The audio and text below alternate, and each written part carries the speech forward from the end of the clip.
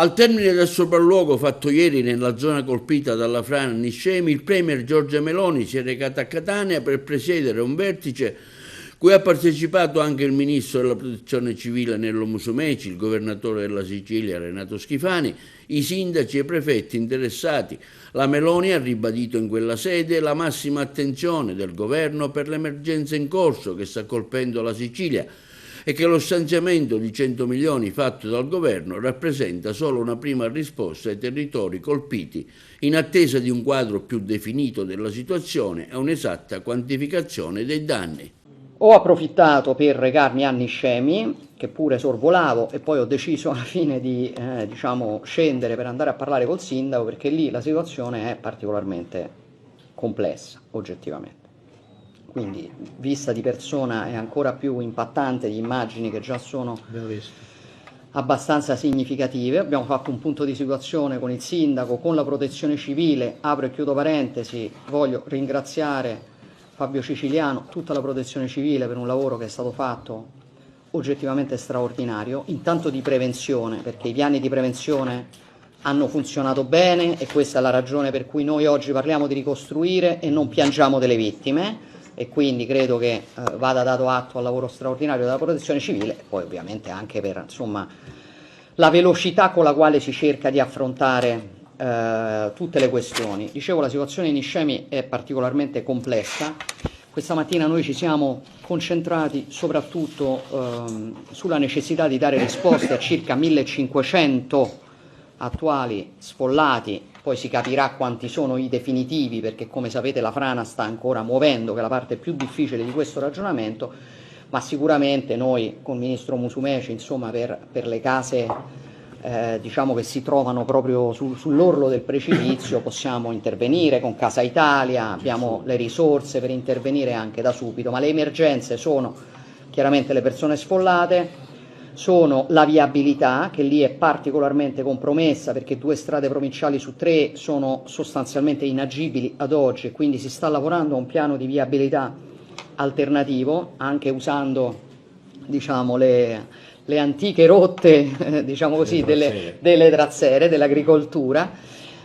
Ci sono 3 scuole nella zona rossa, tra elementari e asilo. Vorremmo tentare anche qui di dare risposte immediate per cercare il prima possibile di restituire alla cittadinanza una normalità, anche la possibilità dei bambini di andare a scuola. C'è il problema della rete energetica, particolarmente del gas, sulla quale pure si sta lavorando da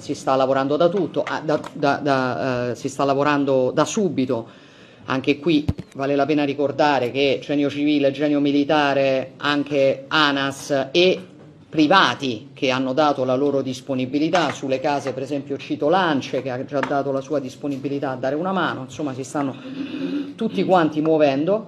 C'è una situazione legata agli allevamenti e quindi alla necessità di trovare il modo di abbeverare in particolare gli animali, perché chiaramente parliamo di una zona dove queste attività fanno un pezzo fondamentale di economia, alla quale pure stiamo cercando di dare risposte. Dov'è lì la situazione complessa? È nel fatto che finché non si ferma la frana noi non siamo in grado di definire quale sia la parte di questa attuale zona rossa, che sono 150 metri, ma chiaramente molto precauzionali, che effettivamente va definitivamente perimetrata. Finché questo non accade, il lavoro sulla messa in sicurezza e sulla ricostruzione totale non si può iniziare. Ora io su questo ho stressato molto i miei interlocutori questa mattina per cercare di rimetterci seduti al tavolo nel minore tempo possibile per poter dare risposte definitive alla popolazione. Ci siamo dati appuntamento tra massimo 2 settimane, sperando che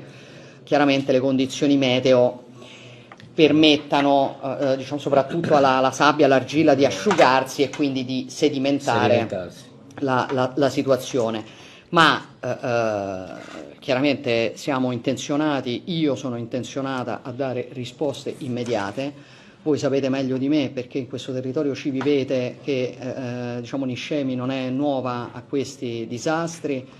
E il sentimento della popolazione rispetto a quello che è accaduto nel 1997 con indennizi che sono arrivati dopo 14 anni e definitivamente anche dopo 28 anni è qualcosa che mi rendo conto ha impattato giustamente sui cittadini e sulla aspettativa che i cittadini hanno dalla politica. Ecco, mi piacerebbe che insieme disegnassimo una storia completamente diversa e quindi il mio obiettivo è lavorare in velocità e dare risposte in velocità. Chiaramente per fare questo serve una filiera, non è una cosa che posso fare io da sola, che può fare il governo da solo, che può fare il ministro Musumeci da solo, che può fare il presidente Schifani da solo. Serve che ci lavoriamo tutti insieme, in buona fede, evitando le polemiche, perché qui tutti quanti abbiamo la stessa responsabilità, lo stesso obiettivo, che è dare risposte ai nostri cittadini.